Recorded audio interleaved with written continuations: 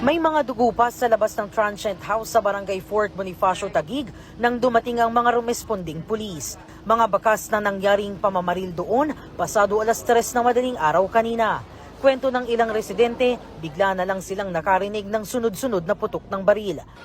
Mga 3:20, pumutok. 4 na putok yun. Pak, pak, pak, pak. 4, sabi ko may patay. Yung ang sabi ko. Pag sa bintana, may sinagsigawan na. So lumabas po ako kasi as in barangay, kahit naman po ako off duty na. So kailangan ko rin malaman kung ano nangyari.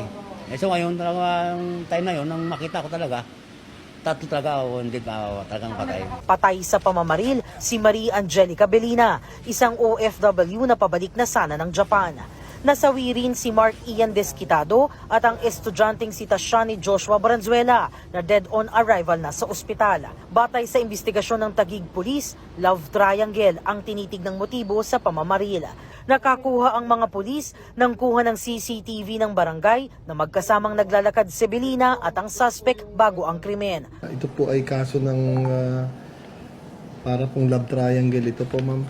Opo, yun po ang nakikita naming pangyayari dito. Ang gunman po ay kasama po, kakilala po nila.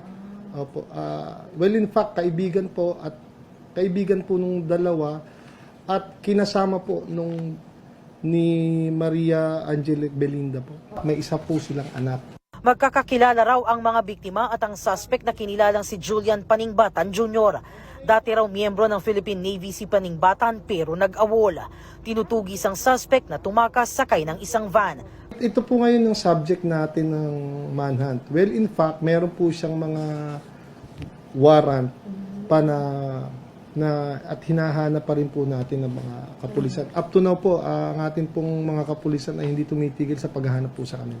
Kung sino po yung nakakaalam sa whereabouts po ni Julian Paningbatan Jr. alias Jimboy, maaari lang pong ipagbigay alam po sa amin. Jamie Santos, Nakatutok, 24 Oras.